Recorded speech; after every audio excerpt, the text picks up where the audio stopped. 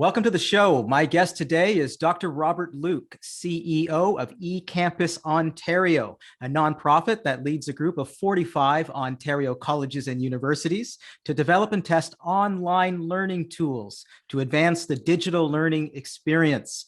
Robert, it's great to have you here today. Great to see you, John. Thank you for having me. So here's the big question. Is e-learning here to stay? Well, I think so. I think e-learning has been with us for a long time. And to be honest with you, John, that's one of the things that surprised me most about our big pandemic pivot, where e-learning went from being a thing that some people did to the thing that we all needed to do in education as a matter of necessity. But a lot of people don't realize that there's 30 years of e-learning development, research on effectiveness and effective pedagogy that exists to good models of practice or good grammars of action, if you will, for how we can do this and do this well. And I think the thing that I would take from our experience is that there are ways that we can do this, and there are ways we can do it well, and it works for some really well and doesn't work for others as well. But that the future is going to be hybrid, that there will always be some form of e-learning, online learning, virtual learning, call it what you will, that we will embrace, primarily because we can't put the genie back in that bottle, right? The experience of learning in this way does help some people to learn more effectively. It helps us reach learners who might not be accessible to a college, a university, or an indigenous institute campus, and it has the effect of supporting different modes of learning, and I think different modes of working. So I like that you mentioned hybrid, because it seems to me that you're wise to the realities that we're hearing, and I wanted to just talk briefly about a report that was posted on University Affairs, the online magazine, that was written by a York University student, Joanne Ong, and 13 of her peers. And they had a conversation about what they miss most about on-campus learning. And the article is titled 7 Missing Pieces, Why Students Prefer In-Person Over Online Classes. And I took, being a researcher myself, I took the 7 and just bucketed them into 2 main groups. One that I saw really jumped out was what they're really missing is things related to discipline, right? Sense of motivation. When you see other people studying around you, whether they're peers or strangers, you get motivated. You don't have that at home. Sense of routine is especially gone when you factor in asynchronous learning. When you don't have to show up to a class regularly, you're kind of learning and submitting things on your own time. That sense of routine is disappearing.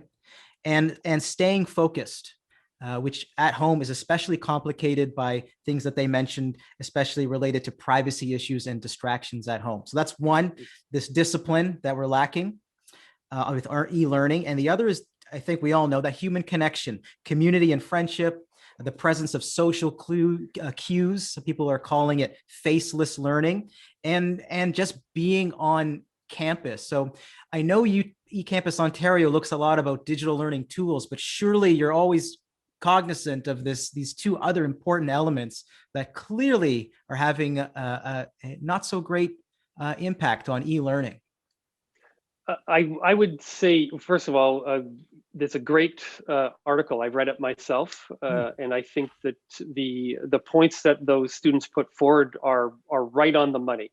And I would say, let's be a little careful about how we characterize the current experience with e-learning, right? Okay. So just take a step back and what I just said a few minutes ago, that there's 30 years of experience with e-learning, but it has never really been embraced by the post-secondary environment. It was always this thing that was maybe we would do, or it was a nice to do. And there's many reasons for that. It's new, It's untested, other than the 30 years of research on effective practice, of course, but it's expensive. It costs money to do that in an era of shrinking, a continual era of shrinking budgets. Mhm. But I think the current experience with e-learning is been driven by necessity. When the pandemic hit a year ago, we, like I said earlier, from this thing that maybe some would do to the thing that all of us could only do in order to maintain continuity of operations and education. And so that put us in a position to rapidly shift to this new mode of learning. And I have to, give full props to all of my colleagues in the post-secondary environment that we really banded together and tried to figure out what's the best way to do this to make the best of the tool set and the environment that we have. But I think one of the key things that the students have outlined is the lack of social connectivity, Mhm. which is vital. And it's also, it relates to things like mental health, accessibility, the experiences that they have, which may or may not be private. They maybe live in a home or a home environment that doesn't have a useful or as good as an internet connection. They may live outside of an urban area where there's really good infrastructure, and I think it's important for us in that case to understand that there's layers of access and accessibility that must be accounted for, and that is compounded by the digital literacy or Mhm. digital fluency of the professoriate and the students or the learners, that not all of us have the same digital fluency, regardless of how old we are or from where we grew up, with and facility with the kinds of technologies that we then had to use as the only way we could educate. And in looking at it that way, first of all, I would say absolutely those students are right. The idea of self-motivation and the social cues of learning and the mental health and wraparound supports, as we call them, are vital. And we've done quite a lot of work in trying to provide those supports, do some research on what it means to provide supports for what we call the whole learner. So not just the person that's coming into the virtual classroom, but that person who spends some time in a virtual classroom, but also time away from that screen learning themselves. So Right. I think, just to kind of focus this down and say that the current experience with e-learning is e-learning as it has had to be enacted because we were put in that position. But if you look at the 30 years of research and best practices that have been developed, there are many, many other ways and many other tools that we can use in order to effectively teach and learn online, as long as we take the time to develop those environments and develop skills of the people. And I guess the last thing I would say about that is on the skills piece, if you have never learned online before and you are a teacher today, then your experience of teaching online is going to be alien, because Mhm. to you it's not real learning. Real learning to you is what you experienced. If you have experience learning online and then you are teaching online is a real experience to you. And that mindset is very, very important because it has an impact on how the learners are affected by the environment that they're given. And that environment includes the technological environment, but also the pedagogical and the larger wraparound environment of the professor, the institution, and the larger structures in which those sit. Right. I'm into that. I see the long game, the long view, as you said, as students who learn online eventually become educators online. But and I'm with you there. But how about in the shorter term? Is there, and I don't expect you to have this answer, but is there advice? Are there words of that you can offer to both students and educators who, for very good reason, are sick and tired of this in many aspects? Yeah. Uh, but we're going to be at this for several more months, potentially for the remainder of the year. And maybe it's just in the form of what lesson do we take out of this? What do you say, Robert? Well, it's a very important point. It's actually a couple of points that you're making there, John, that I think is good for us all to consider. And our goal at eCampus Ontario is to ensure that we can provide the advice, the know-how, and the tools to help this semester be better than last semester, and to help the next semester be better than the other semester. So our answer to that is we're here to help. We're supporting the rollout of the government's virtual learning strategy, which is providing funding to colleges, universities, indigenous institutes to develop not just virtual learning or digital content, but also the digital capacity and digital fluency that is required in order to meet the needs of the learners and to make the semester as good as it can be. And we've all heard of the Zoom fatigue and how hard it is to be on the camera all these times. There are things that we can do to lessen that cognitive load. We can tune in to a lecture without our cameras, for example. Professors can use different modes. They could create a podcast. Is the 1 or 2 hour lecture the best way to produce the piece of knowledge that needs to be imparted, or the piece of information that needs to be imparted in order to transmute that into knowledge? Or can we distill that down into a 15-minute podcast? Encourage our students to download that onto their device and take a walk outside while they listen to some key concepts of a particular topic, and then come back into a learning environment asynchronously and work in groups or in teams to unpack what they have learned and to co-create artifacts around knowledge using simple Google Docs that they can either anonymously or not contribute to, or Miro boards and that kind of thing. So I think that there's quite a lot that we can do in order to help people be a better teacher and be a better learner.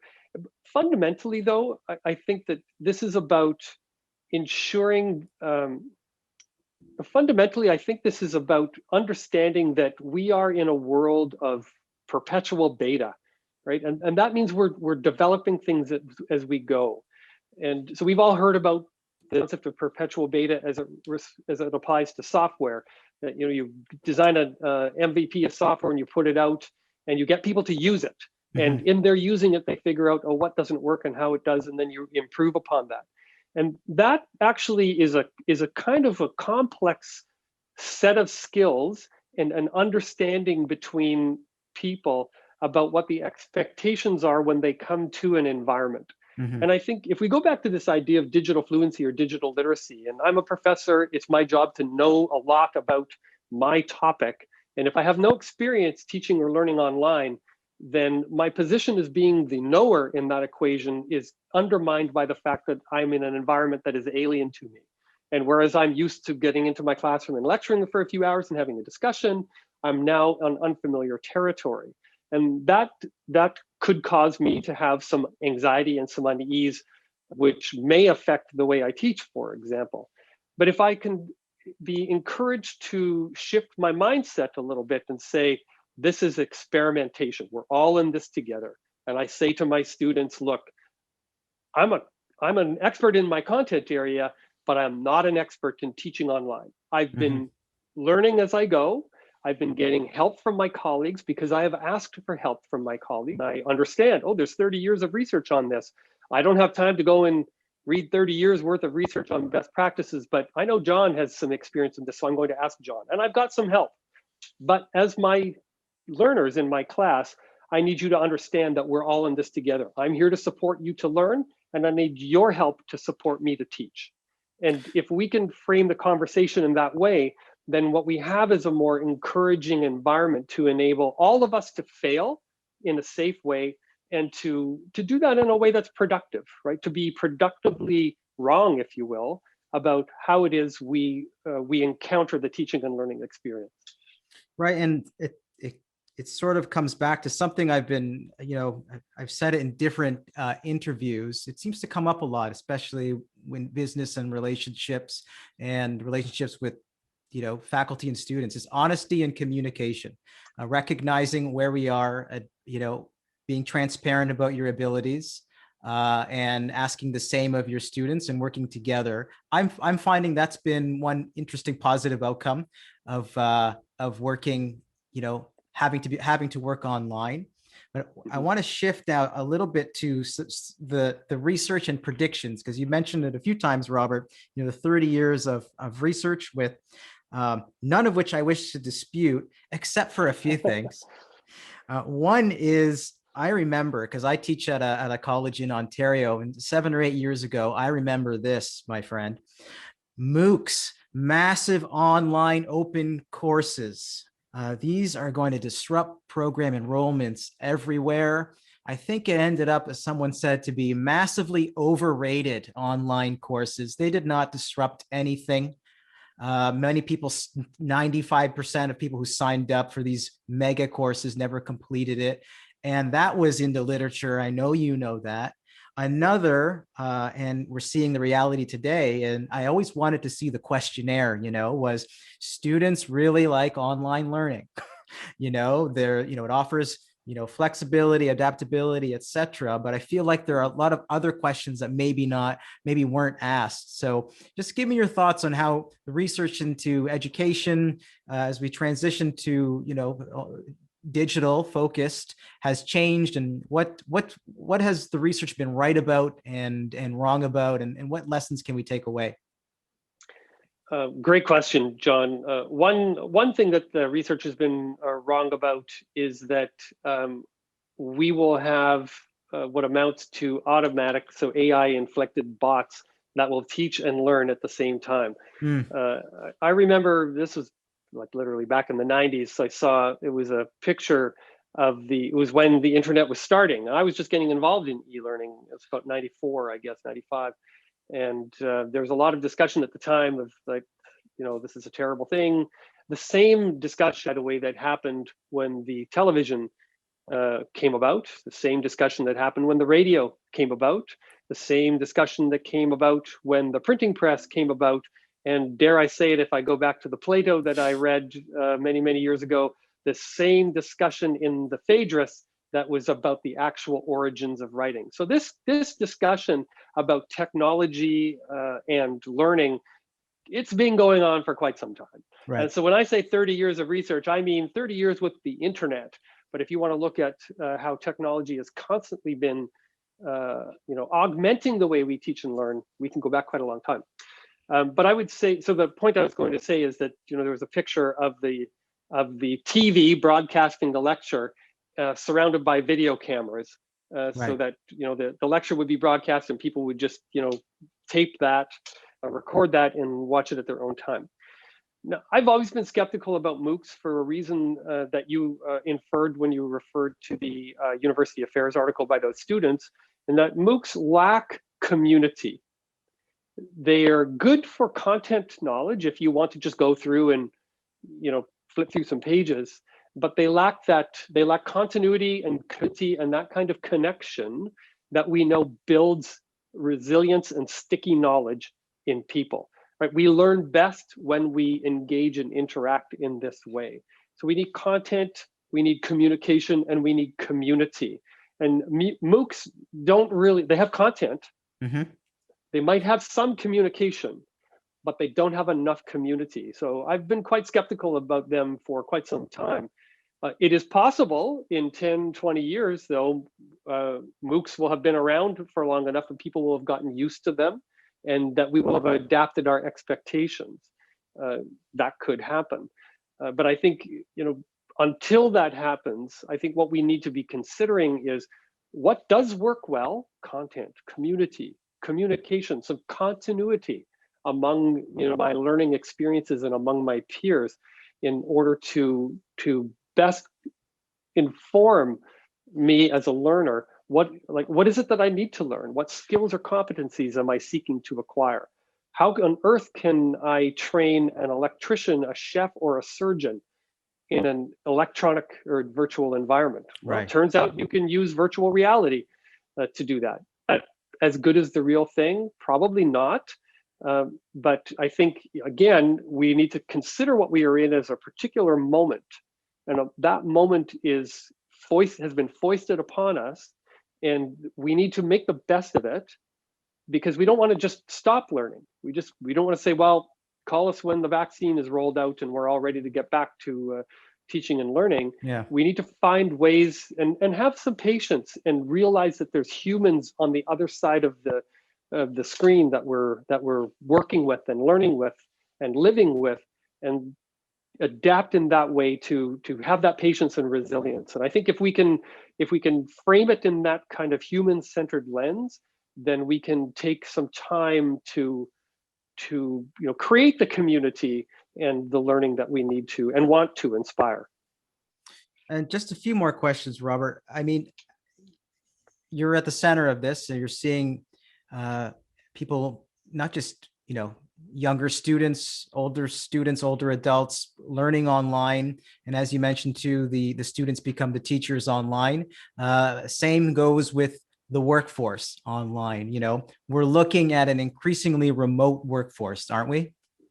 I would think so. I saw some research just yesterday. Yesterday, I don't know if I would call it research. I mean, it was somebody's take on surveys that they had conducted. Now, admittedly, they were a company that's in the business of supporting remote work, but it talked a lot about, is the future all remote, or is the future back to the way it used to be, all face-to-face?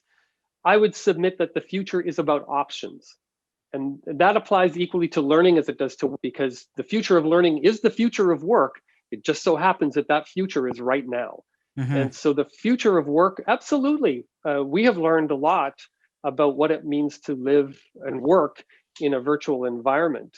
I started my job at eCampusOntario in the middle of the pandemic. I've met like only a handful of the people that I work with on a regular basis, met them in person, but I feel that I know them because we have taken the time to get to know each other.